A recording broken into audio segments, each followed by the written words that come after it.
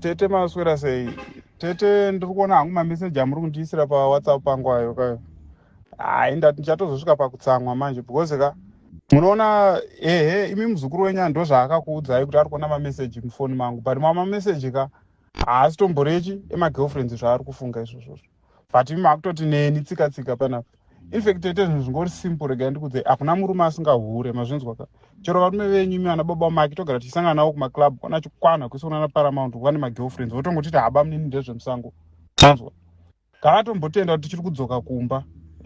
Saka kungoenda kunotamba chete nokufara totodzoka padheni, kutoti muswere muchindiita tsika tsika kudai so, wotarisa zvakaita mukadzi wako, kunaka kupi, chichi ndotozviziva. That's muchiona zebra rinogara musango, dhongi richigara kumusha. Hakuna akamboenda unotora zebra kusango kuti agare naro pamba. Tongonoriona ikoko zvinotodhura, totodzoka kumba tochengeta madhongi edu. But imi panapa makutoita kunge ndindashamisira, kunge ndindatanga nazvo panapa. Uchafa needzi, zvozodi nezera rangu irori, muda ndife nenhova here? Zvingasashamisa kutoenderwa kun'anga kunzi murume mukuru afa nenhova. Teteka itai semunhu mukuru. Of course imi muri tete, mashoko enyu ndinoanzwisisa, but zvanyanya. Ndofunga nyaya kake chi3 muchingondiudza zvinhu izvozvi. Takambozvitaura kuti last year ndofunga mukambodai kuti udii. Saka mune musina pressure ka, uyai kumba manheru ndoenda bva kubasa.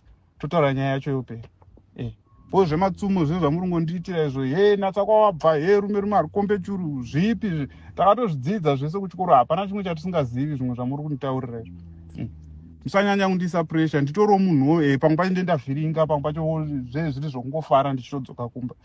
Saka tichiri nadzo mhuri dzedu totodzida. Kwete zvenyu zvamungondiswerera, ndamba kuudzwa kwaonekwa nembonje pauma, zvaitoudzwa mwana wokwandamba izvozvo. Iye ndamba wokwakuudzwa ndiyaiudzwa, inini handi ndotonzi John wokwamatema ukoko, handisiri ndamba kuudzwa. Saka ndopinda papi ipapo. Aiwa, handisi kuzvida serious zvanyanya manje. Every time watu kanya yakadii kanoperera kwamuri, kanya yakadii kanoperera kwamuri. Saka why can't we solve some of the things tiri tu? Izvozvo mukuisira zvimatsumo, zingizi gonyera pamwe maro wenyika hape. Zvaiudzwa zingizi, kwete ini. Makambona nichibhururuka here? Ndiri zingizi here ini?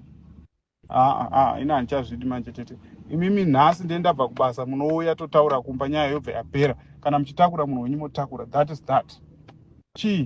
Every time pamnini mazodi zvakati zvazotaurwa, chichi tunyaya tudiki diki tumapeti izvi zvose tiri kungosvika kwamuri ikoko.